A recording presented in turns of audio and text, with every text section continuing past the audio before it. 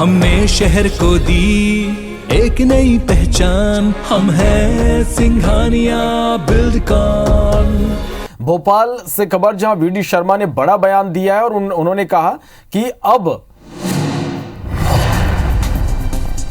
महंगाई कोई मुद्दा नहीं है। वीडी शर्मा का यह बयान, अगले चुनाव में बीजेपी मौजूदा सीटों से ज्यादा सीट लेकर आएगी, 51% वोट शेयर है हमारा लक्ष्य है। वहीं दूसरी ओर कांग्रेस की एकजुटता पर भी उन्होंने निशाना साधा। कई सालों से होते आ रहे एकजुट, लेकिन अब तक नहीं हो पाए। तो ये इस वक्त की बड़ी खबर आप तक हम पहुंचा रहे हैं भोपाल से, जहां प्रदेश अध्यक्ष वीडी शर्मा का एक बड़ा बयान और आम तौर पर यह कहना है कि अब महंगाई कोई मुद्दा नहीं है। अगले चुनाव में बीजेपी मौजूदा सीटों से ज्यादा सीट लेकर आएगी, 51% वोट शेयर हमारा लक्ष्य है। तो वहीं कांग्रेस की एकजुटता पर भी उन्होंने निशाना साधा और कहा उन्होंने कि कई सालों से एकजुट होते आ रहे हैं, लेकिन अब तक एकजुट नहीं हो पाए हैं। और चलिए उन्होंने क्या कुछ कहा आपको सुनवाते हैं। बूथ पर 51% वोट शेयर के लिए ये सभी कार्यकर्ता संकल्पित होकर के काम कर रहे हैं। यही हमारी तैयारी है। कांग्रेस ने 50 वर्ष से ऊपर राज किया है इस देश के अंदर। उन्होंने कभी किसी गरीब की चिंता नहीं की थी, केवल गरीबी हटाने का नारा देते रहे।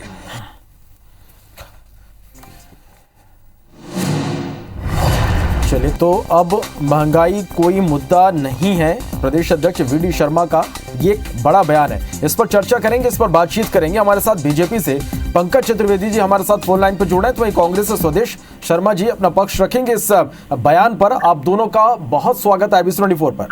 जी धन्यवाद जी। पंकज जी, सबसे पहले मैं आपके पास ही आना चाहूंगा। वीडी शर्मा जी ने ये कहा कि अब महंगाई कोई मुद्दा नहीं है, क्या कुछ कहना चाहेंगे इस पर आप? देखिए, वीडी शर्मा जी ने जो कहा वो बिल्कुल ठीक कहा कि जिस प्रकार की वैश्विक परिस्थितियों में भारत जैसे देश में भारतीय जनता पार्टी सरकार की नीतियों के चलते पेट्रोल डीजल के उत्पादों में मात्र 5% की कीमत वृद्धि है, जबकि यूरोप के तमाम देशों में, अमेरिका जैसे देशों में जो हमसे बहुत संपन्न और समृद्ध माने जाते हैं, वहाँ 50% से अधिक की वृद्धि है।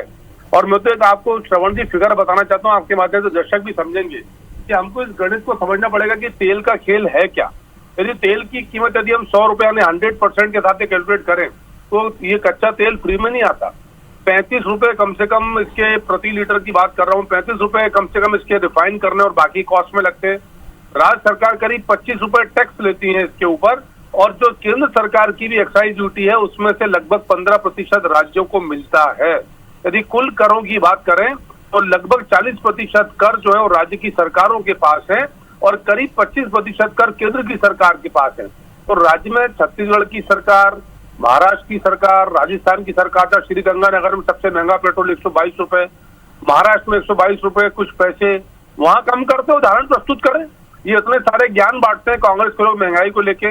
जरा स्पष्ट करें कि 1.34 लाख करोड़ के पेट्रोलियम बॉन्ड मनमोहन सिंह जी की सरकार ने लिए थे, जिनके हर साल ब्याज का भुगतान 10,000 करोड़ रुपए वो कौन कर रहा है? 7 साल से भारतीय जनता पार्टी की सरकार करी, क्योंकि वो भारत की सरकार का बॉन्ड है।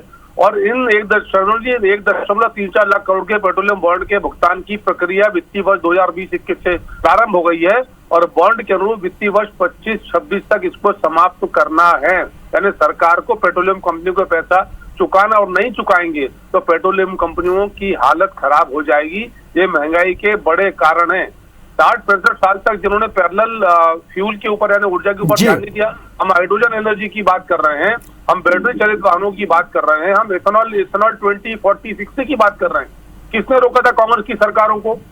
डॉलर को लेकर पूरी अंतर्राष्ट्रीय बाजार चलता है। आजाद हुए तो डॉलर 4.25 रुपए का, नेहरू जी जब गुजरे तो डॉलर 25 रुपए का, इंदिरा जी के समय 50 रुपए का, राजीव गांधी ने डॉलर जो मूल्यांकन था वो केंद्रीय इंटरेस्ट। पंकज जी हमारे साथ स्वदेश जी भी बने हुए हैं, उनसे भी उनकी भी राय ले लेते हैं। स्वदेश जी, आपको क्या लगता है कि महंगाई अब सच में कोई मुद्दा नहीं है? देखिए, बिल्कुल भारतीय जनता पार्टी के प्रवक्ता और भारतीय जनता पार्टी के प्रदेश अध्यक्ष सही कह रहे हैं, कोई महंगाई नहीं है। क्योंकि जो आज 111 और 115 रुपए पेट्रोल मिल रहा है वो कल नहीं मिलेगा, कल 20 हो जाएगा। परसों 25 हो जाएगा, एक महीने बाद 150 हो जाएगा। तो आज सस्ता है, बिल्कुल सही कह रहे हैं वो। लेकिन ये बात बिल्कुल तय है, जब क्रूड ऑयल की कीमत मैं समझता हूँ 100 के लगभग डॉलर हुआ करती थी प्रति डॉलर, तब देश की सरकार ने, मनमोहन सरकार ने इसको 68-70 रुपए से पेट्रोल को ज्यादा नहीं बढ़ने दिया इस देश में। जब अब 20 रुपए भी एक बार आ चुका है माननीय मोदी जी के कार्यकाल में, तब भी हम देख रहे हैं निरंतर बढ़ोतरी हो रही है। इनके खर्चों में कहीं कोई कमी नहीं है। करोड़ों रुपए, धन्यवाद मोदी जी, धन्यवाद योगी जी, धन्यवाद शिवराज जी, इस पर खर्च हो रहा है। मध्य प्रदेश की बात करें, 2 लाख करोड़ से ज्यादा का कर्जा मध्य प्रदेश में हो गया। एक एक व्यक्ति पर 50,000 के लगभग प्रति व्यक्ति कर्ज में दब चुका है। लेकिन इनको लगता है कि कुछ नहीं है। जब कांग्रेस की सरकार देश में हुआ करती थी, तब यही इनकी स्मृति ईरानी जी, इनके बड़े बड़े नेता माननीय मोदी जी भी महंगाई डायन खाए जाते हैं और सिलेंडर खाली लेकर के डांस किया करते थे सड़कों पर। तब ये लॉजिक, जो लॉजिक अभी प्रवक्ता जी ने बताया, वो लॉजिक तब क्यों नहीं बताया इन्होंने? तब क्यों डांस किया करते थे? अरे भाई, ये आंकड़ों की बाजीगरी मत देखो। IBC 24 के करोड़ों दर्शक इस बात को समझ रहे हैं कि भारतीय जनता पार्टी के व्यक्ति महंगाई को महंगाई न कह करके ये कह रहे हैं ये विकास की ओर बढ़ रहे हैं, कि मतलब ये महंगाई नहीं है, ये बॉन्ड के लिए पैसा है। अरे बॉन्ड के लिए पैसा हो, स्वर्ण के लिए पैसा हो, किसी के लिए पैसा हो, कुल मिलाकर के ये जनता राहत चाहती है। हम देख रहे हैं 16% हर चीज बढ़ गई है, चाहे दाल हो, नींबू 240 रुपए किलो है भोपाल में। नींबू आप नींबू का पानी भी नहीं पी सकते। आज हालात ऐसे बद से बदतर हो चुके हैं कि चंदा कर करके गैस सिलेंडर भरते हुए हमने काम वाली बाइयों को, उज्ज्वला योजना की बाइयों को देखा है। हमने गीता बाई, जिसका 14,144 नंबर है गैस का कनेक्शन उज्ज्वला योजना का, दूसरी बार कभी भी रिफल नहीं हो पाया, क्योंकि उसको सिलेंडर तो मिल गया, भराने के लिए पैसा नहीं है। लोग मोहताज हैं, युवा बेरोजगार हैं, किसान परेशान है। मध्य प्रदेश के हालात क्या देखना, देश के पूरे हालात बद से बदतर हो चुके हैं। और इवेंट वाली सरकार इवेंट पर काम कर रही है और इवेंट से चुनाव भी जीतने का फिर कोशिश करेगी 2023 में। लेकिन मध्य प्रदेश की जनता इस बात को समझती है कि आपने छद्म तरीके से, आपने धोखा दे करके, आपने पीठ में छुरा घोंप करके आपने चलती हुई सरकार, वो सरकार गिराई जिसको जनता ने जनादेश दिया था माननीय कमलनाथ जी को। और 2023 में कमलनाथ जी आएंगे, अब टेलीविजन नहीं विजन वाले नेता मुख्यमंत्री बनेंगे माननीय कमलनाथ जी।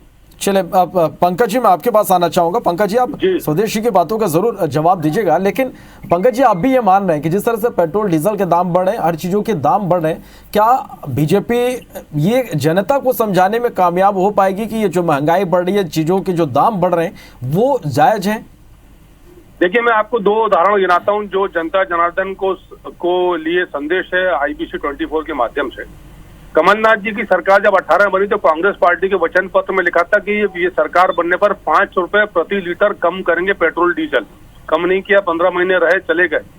और इन्होंने क्या किया, पेट्रोल पर जो वेट था उसको 28 से बढ़ाकर 33% और डीजल का वेट 23 से बढ़ाकर 2018 के घोषणा पत्र को देख लीजिए, भाजपा की उसमें लिखा था। अरे सुन तो लीजिए, 5% वेट बढ़ा दिया गैस सिलेंडर पर सब्सिडी देगी। और ये जो मनमोहन सिंह की सरकार का बता रहे थे किस्सा, ये वही बॉन्ड है श्रवण जी। ये समझ नहीं पाए अर्थशास्त्र को कि मनमोहन सिंह की सरकार ने सस्ता तेल देने के चक्कर में, राजनीतिक वाहवाही के चक्कर में 1.34 लाख करोड़ के बॉन्ड उस समय भर के दिए कंपनियों को कि तुम महंगा खरीदो पर हम सस्ता बेचेंगे, ताकि कांग्रेस की राजनीति की दुकान चलती रहे।